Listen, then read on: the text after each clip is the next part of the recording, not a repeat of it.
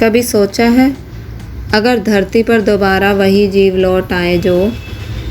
करोड़ों साल पहले विलुप्त हो चुके थे, और अगर वो लौट आए तो क्या हम उनके साथ जी सकते हैं? या फिर वही जीव जिनके सामने इंसान कभी अस्तित्व में नहीं आया था अब हमारी दुनिया के मालिक बन जाएं। जुरासिक वर्ल्ड डोमिनियन कोई आम फिल्म नहीं है, समय और प्रकृति के उस संघर्ष की दास्तान है जहाँ इंसान ने अपने ज्ञान, विज्ञान और लालच से ऐसी हद पार कर दी है जिसका नतीजा पूरे संसार को भुगतना पड़ रहा है। पिछली घटनाओं के बाद डायनासोर अब पूरी दुनिया में फैल चुके हैं, शहरों, जंगलों, सड़कों और यहाँ तक कि समुद्रों में भी।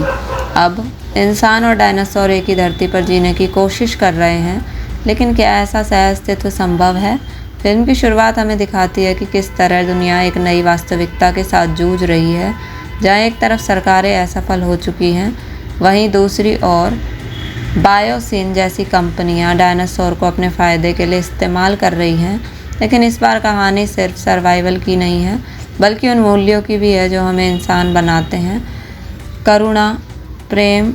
जिम्मेदारी और बलिदान। क्लेयर और ओवेन अब माइस के संरक्षण और अपनी गोद ली हुई बेटी यूसी को बचाने में लगे हुए हैं, जो खुद एक क्लोन है और जिसके अंदर वो रहस्य छुपा है जो इंसान और डायनासोर दोनों की नियति बदल सकता है। साथ ही लौटते हैं पुराने चेहरे: एलन ग्रॉट, एली सैटलर और इयान मैलकॉम, जो लोग जिन्होंने जुरासिक पार्क की शुरुआत देखी थी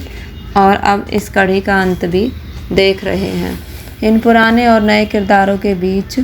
जुड़ा हुआ एक भावनात्मक धागा है जो विज्ञान की भूलों को सुधारने और जीवन को फिर से संतुलित करने की कोशिश करता है। फिल्म में रोमांच है, भागदौड़ है, सांसें थाम देने वाली एक्शन सीन है और साथ ही दिल को छू लेने वाले क्षण भी हैं, जब एक विशाल डायनासोर किसी मासूम बच्चे की आंखों में झांकता है, या जब एक पंखों वाला रैप्टर आकाश में उड़ान भरता है जैसे वो कह रहा हो, मैं फिर से जिंदा हूँ। फिल्म का सिनेमैटिक भव्यता, वीएफएक्स की शानदार प्रस्तुति और बैकग्राउंड म्यूजिक इसे एक विशाल अनुभव बनाते हैं, लेकिन इन सब के नीचे छुपा है एक गहरा संदेश: प्रकृति के साथ खिलवाड़ कभी टिकाऊ नहीं होता और जीवन हमेशा एक रास्ता तलाश ही लेता है। जुरासिक वर्ल्ड डोमिनियन न सिर्फ इस प्रतिष्ठित फ्रेंचाइजी का समापन है, बल्कि यह इंसान और प्रकृति के बीच के रिश्ते पर एक सवाल भी खड़ा करती है: क्या हम उन शक्तियों को संभाल सकते हैं जिन्हें हमने खुद जन्म दिया है?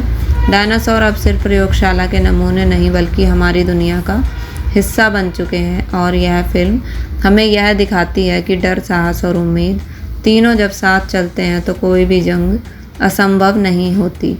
अगर आपने इस फिल्म को अब तक नहीं देखा तो यकीन मानिए आपने सिर्फ एक ब्लॉकबस्टर मिस नहीं की, बल्कि एक ऐसे युग की अंतिम पुकार को अनसुना कर दिया जो हमें याद दिलाने आई थी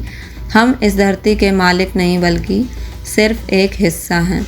और अगर देख चुके हैं तो एक बार फिर इस दुनिया में लौटिए जहाँ हर जंगल की परछाई में एक रैप्टर है, हर नदी की गहराई में एक मोजासॉरस और हर आकाश में उड़ता है जीवन का आदिम स्वरूप। तो दोस्तों, अगर यह कहानी आपके दिल को छू गई हो, अगर आपने इस फिल्म में सिर्फ डायनासोर नहीं बल्कि जीवन के असली रूप देखे हों, तो इस वीडियो को लाइक कीजिए, शेयर कीजिए अपने उन दोस्तों के साथ जो सिनेमा को सिर्फ एंटरटेनमेंट नहीं एक अनुभव मानते हैं, और सब्सक्राइब कीजिए हमारे चैनल को, क्योंकि यहाँ हम लाते हैं हर फिल्म के पीछे छुपी वो आवाज़ जो स्क्रीन से परे जाकर दिलों तक पहुँचती है। एंड CTA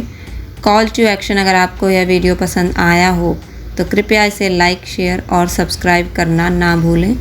कमेंट करके बताइए कि आप भी मानते हैं कि इंसान और प्रकृति के बीच संतुलन ही असली जुरासिक डोमिनियन है। अगली बार फिर मिलेंगे एक नई कहानी, एक नई दुनिया और एक नए अनुभव के साथ, क्योंकि असली रोमांच वहीं शुरू होता है जहां विज्ञान और भावना एक साथ चलते हैं।